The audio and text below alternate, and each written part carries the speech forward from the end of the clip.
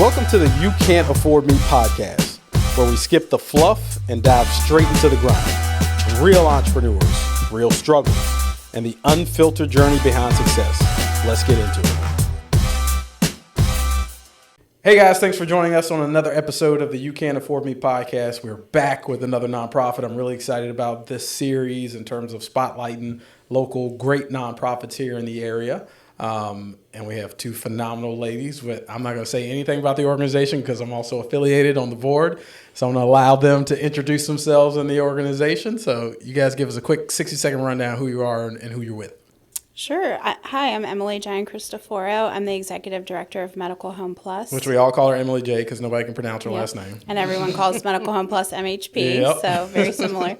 I'm the Executive Director. I've been with the organization for about 18 years. It'll be 18 years this summer, which is crazy. Did not realize that. Yeah.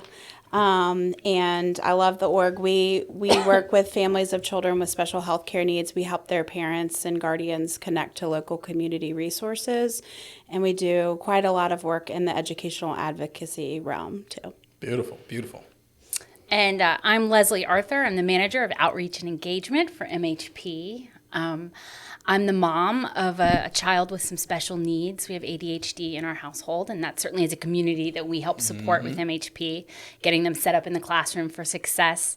And I also have a brother who has some special needs, and I've seen how getting the right supports under somebody really makes a difference. So my job with the organization is to just kind of reach out into the community and make sure that we have support from a donor perspective, but also that we're getting the word out and people know we're here. Absolutely. Appreciate you guys being here. So going into my background, I think it'd been a long time coming for me to join the board with MHP. So I worked in the mental health profession for 10 years. The paperwork ultimately just burnt me out. And then when I was looking at boards, obviously knowing you for years, Emily, so this was something that kind of spoke to my heart. Kind of talk to us about the issues that parents with kids with special needs have when it comes to the school system and IEPs and different things like that. Sure, yeah. So the families that we serve, they often, what we find is that they really don't know what they don't know. Mm-hmm. They want to be a very active and engaged part of their child's educational journey, but may not know what things their child is entitled to by law, what types of accommodations they can ask for, how to measure their child's progress, the fact that it needs to be measurable and not just, subjective.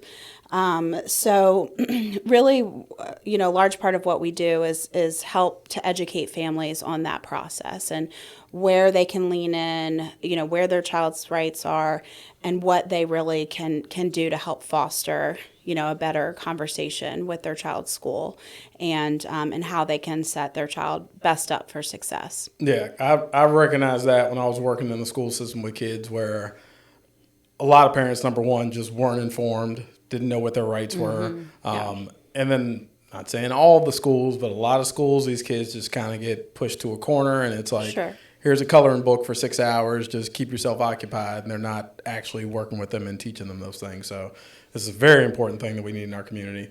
Leslie, talk to us about your introduction into MHP, because prior to this role, you were with Metropolitan Business League. Yes. What brought you to MHP? So over the past decade, I've been a small business owner. And so professionally, my focus was really on developing my business. I owned Bon Air Soap Company.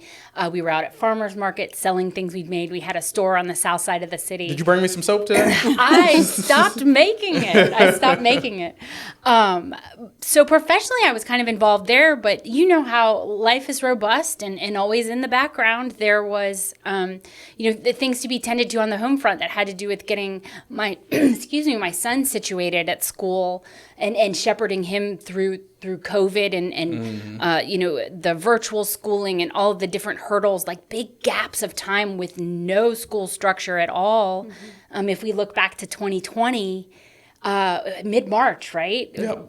They sent all the kids home for a good cleaning of the school system, and we didn't go back for a year and a half, and so that whole Scary spring time. semester, it was months and months of just open, space and time with the kids in terms of their education. So, I was doing my business, but also on the back end in my family life, I was helping my son and helping my brother who has something called DeGeorge syndrome. It's a partial deletion of your 22nd chromosome and has a whole lot of, it just brings a whole host of things that a person has to deal with. So I was helping him too. And when I found out what MHP was doing, I had just closed my business. I'd spent some time doing some small business advisory with the Metropolitan Business League, and I was kind of looking for my next gig. And that just really spoke to my heart. It looks like a total pivot professionally, but it kind of just tapped into what I'd been feeling as a parent for many years. I think a lot of people don't realize how many of us have people in our families that are affected by things like this. Like, So true. I know back in my day, when I was a little bit younger, it was just like, oh, that's just my crazy aunt. Like, we just didn't diagnose. And that may be something a little bit more prevalent in the African-American community. We just kind of tag that as like, oh, that's my crazy cousin or that's my crazy aunt.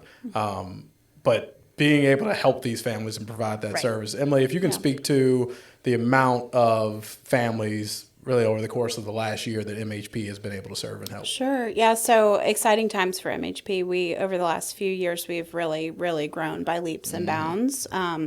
And we've always been a statewide organization serving all of the Commonwealth. But one of the positive things that COVID did for us as an organization is it allowed us to work with schools on a virtual basis. So a lot of these IEP and 504 meetings, whereas they were all taking place in person prior to COVID, now the vast majority of them take place over, Teams or Zoom or something. So it allowed us as an organization to really actually embrace that statewide concept and be able to serve more of the Commonwealth. So last calendar year, we served over 60 cities and counties throughout Virginia. So all the major ones, obviously. And we had 690 family engagements last year. And so when we look back at our history, we've had a real acceleration over the last probably 2 to 3 years. And part of that actually was because of COVID, because the educational landscape is ever changing. It's changing pretty rapidly right now too. And also obviously the more families you serve, the more are out there talking about you. We do, a little bit of marketing, but we really don't have a marketing person in-house that's constantly working on that. And until we hired Leslie, we didn't really have anyone working on the fundraising full-time except for myself. So a lot of our referrals come from word of mouth and, families that have experienced our services and go off and tell other families and can help to spread the word about the ways that we can support. How much does it typically cost, like, for these services for a year in school, like the calendar school year? What does it typically cost to assist these families? Really starting out, well, if a family were purchasing our services, so to speak, on their own, starting out, it would be at least $2,000 a family to negotiate an IEP soup to nuts, if you will. We've gotten our costs down to $500 per child. So not only are we able to build in efficiencies to our process with our staff, et cetera, but we also don't ever charge families for any of those services. So, we truly have a scholarship fund that allows us to screen families for eligibility, but once they've been found to be eligible for our services, they receive services from us for pretty much as long as they need within reason, completely free of charge to the family, so that we can remove those barriers for them. Now, that's a nice segue into the fundraising piece. Talk to Leslie about that. By far, one of my favorite nonprofit events of the year is Uncork Hope. It's always a good time. It's always, from my perspective, it always takes off without a hitch. I'm sure Emily would say something different on the back end there. But great food, great music, great entertainment, some great stories. Obviously coming together, serving a lot of families. Talk to us about, I know this will be your first year behind the scenes on that event. Talk to us about some of the nonprofit or the fundraising events that we have upcoming this year. Sure. So by far the biggest is Uncorked Hope, and that's that's happening in November. So save the date, Emily. What's that date? November 14th. November Friday, There you go. 14th. Save the date And like you said, and bring your checkbook. Or your credit card. this will just be a wonderful forum for us to tell some stories about all of the kids that we're helping and to bring people together for a really fun night out. There will be a silent auction. There will be some fun and games around wine and spirits. And so we really hope that folks in the community can come out and join us. Tickets will go on sale in the months leading up to November, but it can't hurt to spread the word right now. We've also just come off of a fundraiser this spring that we had a bingo theme for, and that really thank you, Sam, that got the board involved and everybody just kind of spreading the word about MHP. But right now, in terms of events, Uncork Hope is the biggest thing we're doing. But as I am new, I am looking around for ways that we can participate in the community. So if you have an event or anything where it would be a good place for us to show up and talk about some of the services and the ways we can help kids with disabilities, we'd love to come out and kind of be a part of that conversation as well. Yeah, definitely. And we had, what was it this past year? Was who was the jeweler that came and they were donating some things? We had a really beautiful piece of jewelry from donated by Diamonds Direct. Diamonds Direct, So that we was live it. auctioned that, Yep. and we live auctioned an original piece of art done by one of the kiddos that we had served Nice. in the year previously. So, yeah, really fun activities. We have a very engaging MC that's always affiliated. One of our other board members, his stage name is Richmond John. Yep. He provides, John Newton, he provides live entertainment with his band, and everybody loves to hear them play. So it's a really fun evening out. You almost forget you're at a fundraiser. We like yeah. to say it's not your average fundraiser. But we do, we have a great time, and we do really great work with the funds that we can raise that evening. Yeah, me and my wife treat it as a date night. Like Yeah. she doesn't see me suited and booted too often. I'm only wearing a t-shirt and jeans for Y'all work. looked great last Yeah. year. Yeah, we're trying. So we use that as a date night. So I recommend other people come out and do the same there. And we'll also be looking for, in the next couple of months, we're going to start our pitches for corporate sponsorship of the event. That's a great way for local businesses to get involved. We typically will have anywhere from 300 to 400 business leaders, such as yourself, in the community as guests at the event. So it's a great way to not only give back to a nonprofit that's doing great work, but also get your name kind of in the lights, your logo in the lights, so to speak. And as a part of our sponsorship levels, we do offer tickets to the event. So great way to bring out your employees for a fun night out. It's like a win-win-win all around. Absolutely. So we will be looking for corporate sponsor partners as well if anyone's interested in joining us And there. especially if you have, as a corporation, any connections to education or to maybe therapy services for people with disabilities, like there's a lot of, good promotion we can help, do for you Oh, too. for sure. Leslie, talk to us about the boards. Like, so for me, I've served on a couple of boards up to this point. MHP probably has one of the larger boards that I've ever served on. And I know we just came off one of our big board meetings. Talk to us about what you've seen from the board now that you're part of this organization and the pieces you see coming together. Well, I think in some ways the board is really mimicking the staff at MHP. So at MHP, Emily set out to hire folks that have a direct connection to someone with a disability. So for you, certainly you have the counseling background to draw from.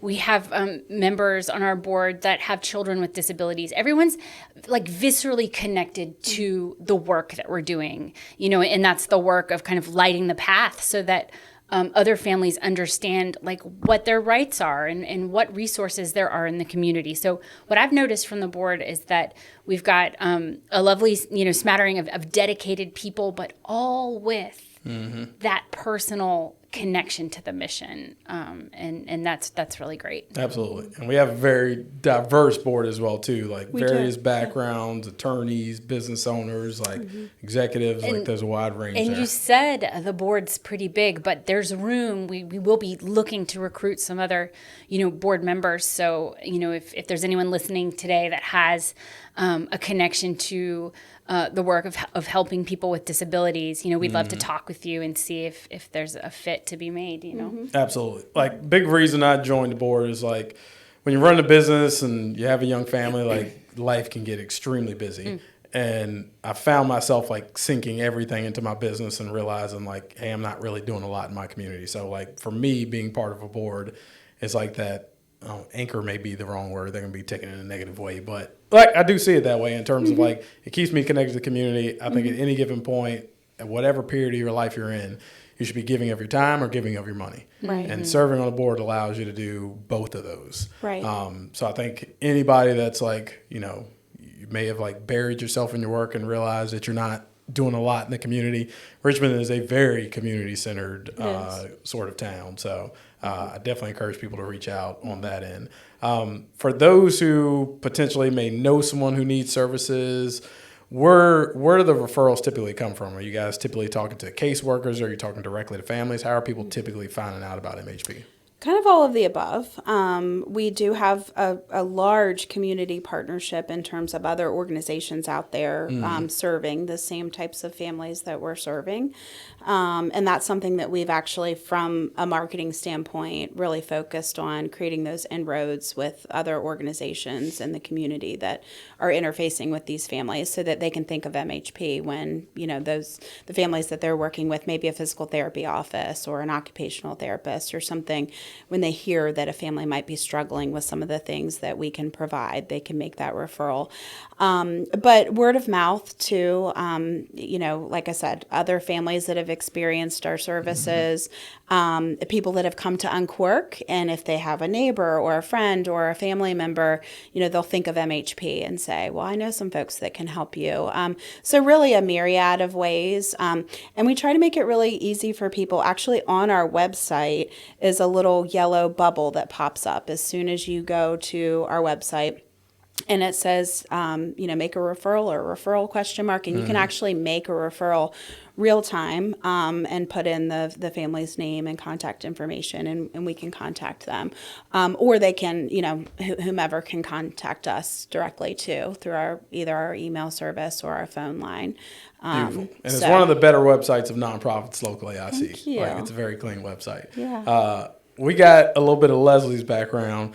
I want, for someone who may be listening and like they see a path to one day wanting to be an executive director of a nonprofit, give us your story. How did you come to be I honestly don't even know this story. Oh, you don't know? No. Okay. Well, I have a degree in healthcare administration from Mary Baldwin College. And when I was in school, I really wanted to be a long-term care administrator. So I wanted to work for like a continuing care retirement community somewhere like Westminster, Canterbury or something. So I was kind of on that track, had done some hours towards sitting for my administrator licensure and all of that. And when I got out of school, I started working for a freestanding skilled nursing facility. And it just was not what I had imagined. It was, the troubles were too deep. There was a lot of turnover amongst the staff that was working directly with families and the residents. And I was part of the administration team, but I was not the administrator. So I was really low man on the totem pole and didn't feel like I could impart, the difference that I really wanted to see. So I had a little bit of a pivot, and I went to work for a concierge medical practice at the time. And it was a startup. It was a great place to learn a lot of different skills.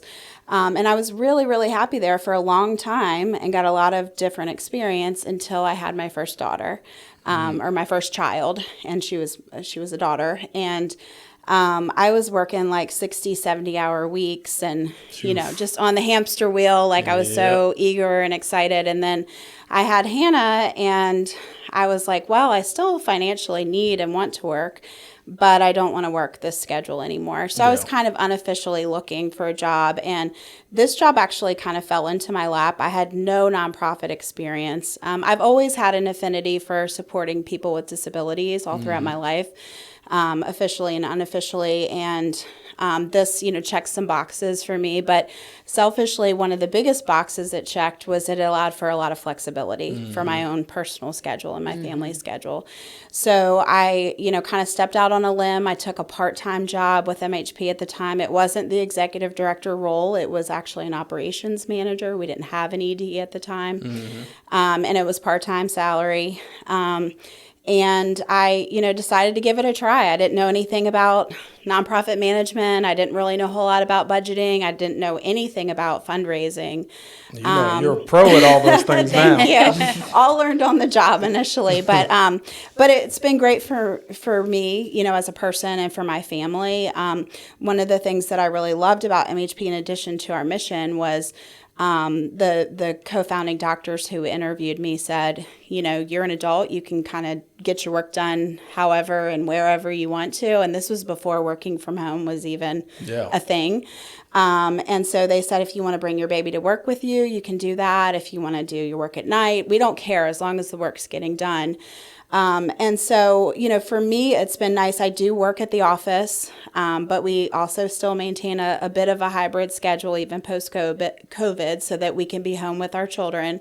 And I've gone on to have 3 other children, so 4 children total, and each of them has come to work with me a little bit when they were infants, and I've been able to be there with them, through school field trips and school programs and things like that. Still maintain a career, but also be a present mom. So it's been really rewarding for me on a personal level too. Right. So hear that, ladies? You can have your cake and eat it too. That's right. You can be a career woman and raise a family. Leslie, for you, what is it that excites you? Like, obviously, just starting this career with MHP. Yeah. What is it that excites you for the future? Like, what are you excited? Because I know we met after you came on. We sat and chatted a little bit in terms of like some connections and things like that.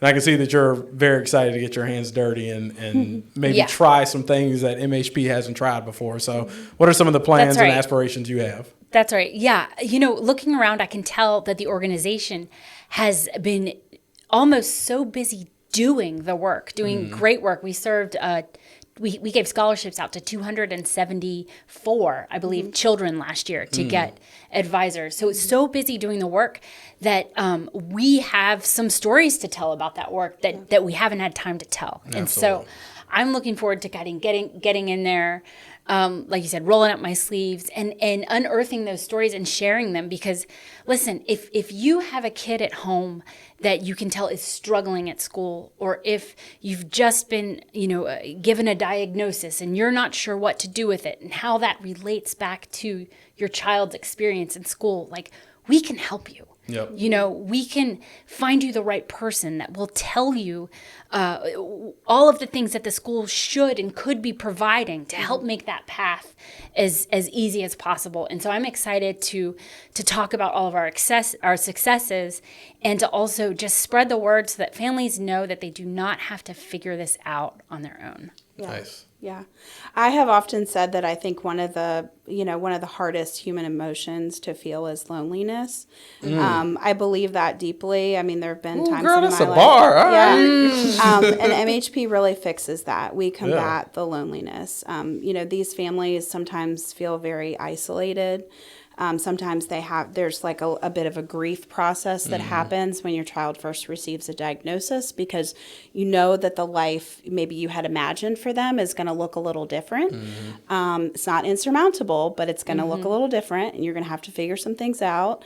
And so, by MHP employing parents of children with disabilities too, which Leslie referenced before, we've been there and done that. We're on that same journey ourselves, and all of my employees that work directly with the families each have a child with a special healthcare need. So they know what these families are going through. They're able to provide a level of hope that, quite frankly, you can't put a price tag on. Yeah. So even if we don't know how to initially solve the problem for them, we're going to help to figure that out alongside them, and we're going to be with them on their journey so that they don't have to continue to do this alone. And to me, that's the most rewarding part of what we do. Sure, we get outcomes, we have impact, all of that, but the very human side to this is that we are there for families and for parents and for children when frankly no one else is. Yep. And when they need us the most. So Love that. I feel like you can't put a price tag on that work. Love it. Love it. Leave our listeners with one last thought, and that could be in terms of making them aware of the services and how they can get involved with MHP. Like, what's one thought that each of you would like to leave with the listeners? Off the cuff, my thought is that there are all different kinds of disabilities that can affect how your child is able to show up in the classroom. So if you see someone struggling and you think they need some help, even things like anxiety, depression, ADHD, some things that are invisible that you can't physically see as much, we can help you with that and help get the right supports, underneath your child so that they can just blossom and grow.